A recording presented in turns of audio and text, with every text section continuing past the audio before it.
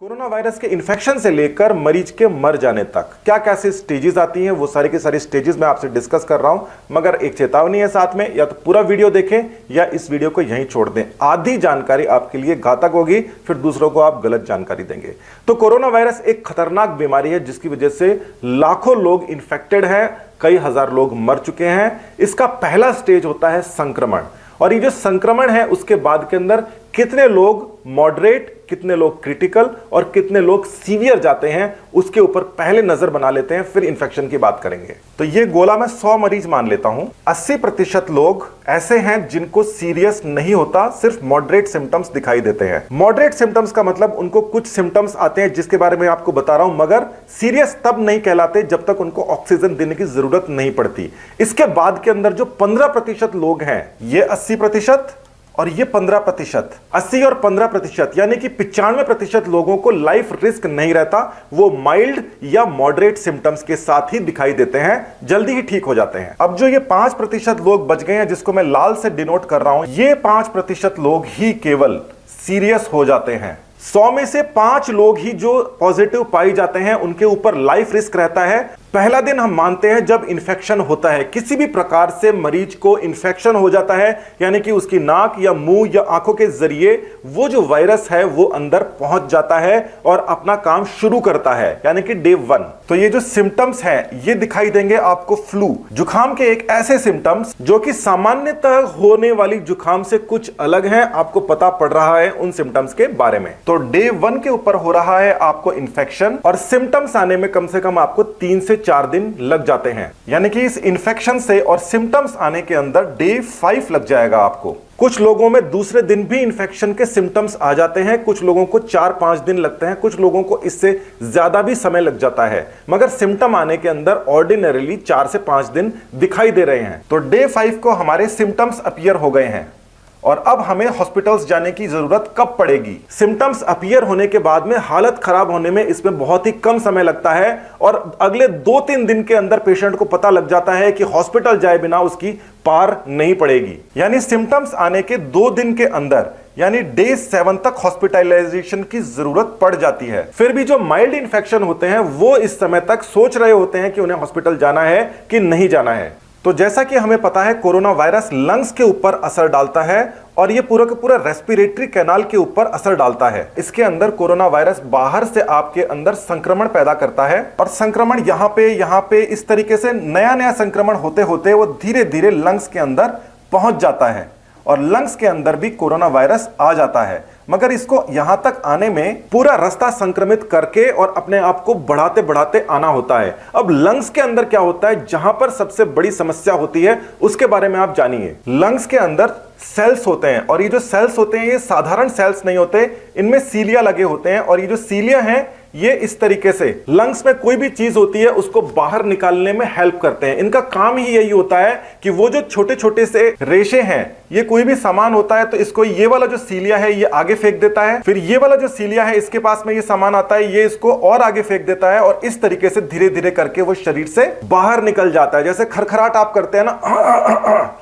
तो वो नीचे से सारा का सारा जो चीजें हैं वो धीरे धीरे करके बाहर आ रही होती हैं, और इसके अंदर यहां से तो आपने खरखराट करके निकाल दिया, मगर लंग्स से लेकर यहां तक आने का जो काम है ये सीलिया ही करते हैं। कोरोना वायरस क्या करता है, वो इन सेल्स को बर्बाद कर देता है। ये सीलिया जो होते हैं वो उससे निकल के अलग हो जाते हैं, जिसकी वजह से ये सेल वो काम नहीं कर पाते जो काम ये करना चाहते हैं। तो देखिए ये वाले जो सीलिया हैं और ये वाले जो सीलिया हैं ये यहां से हट जाते हैं। लीजिए ये हट गए यहां से, और ये यहां से हट के यहां पे आ जाते हैं, मतलब ये यहां से निकल के और बाहर चले गए। अब ये जो सेल हैं, इन सेल्स के ऊपर कुछ भी सीलिया नहीं है, और ये अब बिना काम के हो गए हैं। यानी कि वो जो सेल हैं जो कि सीलिया के फंक्शन, यानी कि सीलिया झाड़ू की तरह होता है, इस तरीके से सामान को आगे फेंक रहा होता है, वो काम ही नहीं कर पा रहे जिस काम के लिए वो हैं। तो वहां पर सारी की सारी चीजें इकट्ठी होनी शुरू होती है। तो यहां पर ये देखिए ये सामान जो है वो यहां पर इकट्ठा होना शुरू हो रहा है, जो कहीं जा नहीं पा रहा, और धीरे धीरे ये जो बाकी जो सेल्स हैं ये भी संक्रमित होते जा रहे हैं। ये सब इन्फेक्शन की वजह से होता है, और इन्फेक्शन हर जगह फैल जाता है। लीजिए हम यहाँ पर थोड़ा इन्फेक्शन दिखाने की कोशिश करते हैं कि ये जो इन्फेक्शन है ये हर जगह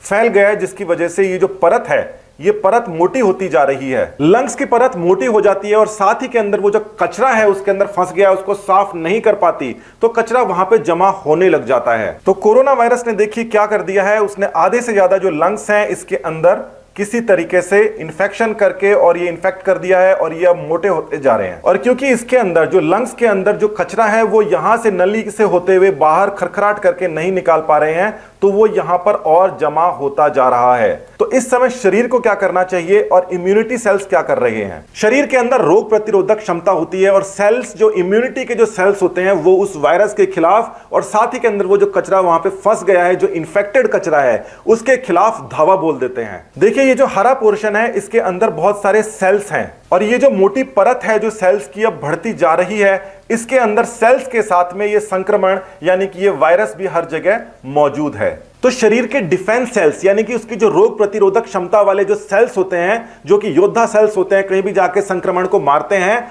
वो देख रहे हैं कि सामने वाला जो सेल है उसके ऊपर भी वायरस का वो कण मौजूद है, तो वो वायरस और उस कण के विरुद्ध हमला बोल देते हैं और हर जगह मारकाट मचाना शुरू कर देते हैं। शरीर उसका मुकाबला तो कर ही रहा है, जिन सेल्स के अंदर वायरस घुस गया है उसको तो वो मार ही रहा है, मगर जो सेल्स फट गए हैं जिसके ऊपर वायरस के निशान बाकी हैं, ये हमारे ही शरीर के योद्धा सेल्स उनके ऊपर देखते हैं कि इसके ऊपर वायरस के सिम्टम है और उसके साथ में भी मारकाट मचा देते हैं। पूरा का पूरा शरीर लंग्स के खिलाफ हो जाता है। इस सिम्टम को कहते हैं एक्यूट रेस्पिरेटरी डिस्ट्रेस सिंड्रोम, यानी कि शरीर पहले से ही परेशान है, लंग्स पहले से ही परेशान है और जो शरीर के योद्धा सेल्स होते हैं वो लंग्स के अंदर अपने दूसरे cells, infected, non infected cells, सबको मारना शुरू कर देते हैं और उनको समझ नहीं आता है। मतलब शरीर ही अपने खिलाफ हो जाता है, अपने ही ऑर्गन के खिलाफ हो जाता है। ऐसा होता है कोरोना के वजह से। तो इसी चार्ट पे हम दोबारा आ जाते हैं। ये जो 5% केस है, यहां पर इस तरीके की समस्याएं चल रही हैं, यानी कि जिन्हें क्रिटिकल केयर की जरूरत है, जिन्हें वेंटिलेटर्स की जरूरत है, मगर फिर भी जो 95% केस हैं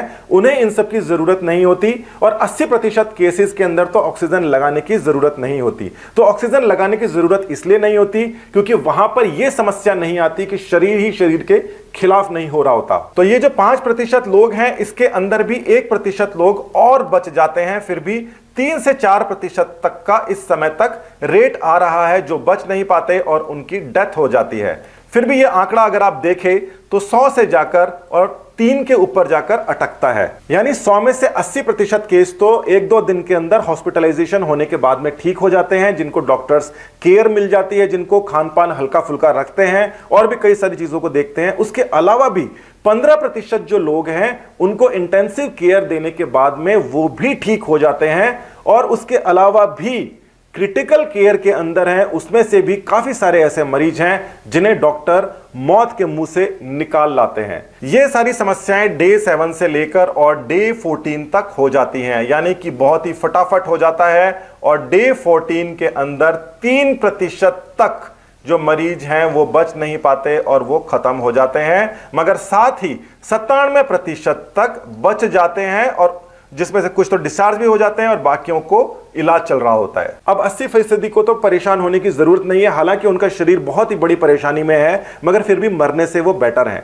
और उसके बाद भी जो लोग बचते हैं उनके लंग्स के अंदर परमानेंट डैमेज हो जाता है, हनीकॉम्ब लाइक स्ट्रक्चर कहते हैं, मतलब जो लंग्स के कई हिस्से हैं वो कोरोना होने के बाद में उसके अंदर छेद हो जाते हैं अलग अलग, और वो जो छेद हैं वो परमानेंट रहते हैं, वो ठीक नहीं होते। कई सालों में जाके थोड़ा बहुत लंग्स अगर रिकवर कर जाए तो कर जाए। तो देख लीजिए डे 1 इन्फेक्शन वाले दिन से शुरुआत हुआ था, उसके बाद में सिम्टम्स आने में भी उसको 3 दिन एक्स्ट्रा लग गए थे। इस समय तक वो इन्फेक्टेड था और इन्फेक्शन फैला रहा था। पहले दिन से चलते हुए डे 7 पर आके उसे हॉस्पिटलाइज होना पड़ गया था, मगर फिर भी कुछ ऐसे % लोग भी हैं जिनको पॉजिटिव होने तक बुखार नहीं आया था। मतलब ध्यान देना इस बात को, 40% लोग ऐसे थे जिन्हें पॉजिटिव पाए जाने तक बुखार नहीं आया था, मगर एडमिट होने के बाद के अंदर उनको, क्योंकि वो स्टेज के अंदर थे, उसके बाद उनको बुखार आया। यानी कि जरूरी है कि सिम्टम आए तो आपको अपनी जो है वो रक्षा करनी है और डॉक्टर के पास में जाना है, मगर सिम्टम नहीं आते हैं फिर भी आपको जो सोशल डिस्टेंसिंग है और जो अलग अलग चीजें हैं सरकार ने बता रखी है उनका पालन करते रहना है, क्योंकि पता नहीं है 4 दिन बाद में आपके साथ में क्या होगा। हर रोज हमारी जानकारियां बढ़ रही हैं कोरोना के प्रति और नई जानकारियां आ रही हैं। आपको घबराना नहीं है, मगर जितनी सारी की सारी चीजें आपको सरकार बता रही है उसका पालन करना है और यह भी ध्यान रखना है कि हर कोई नहीं मर रहा है इससे, मगर फिर भी कौन मरेगा कौन बचेगा इसका पता नहीं है। आपको अपनी और अपने परिवार की रक्षा करने के लिए सावधानी ही बचाव है, यह ध्यान में रखना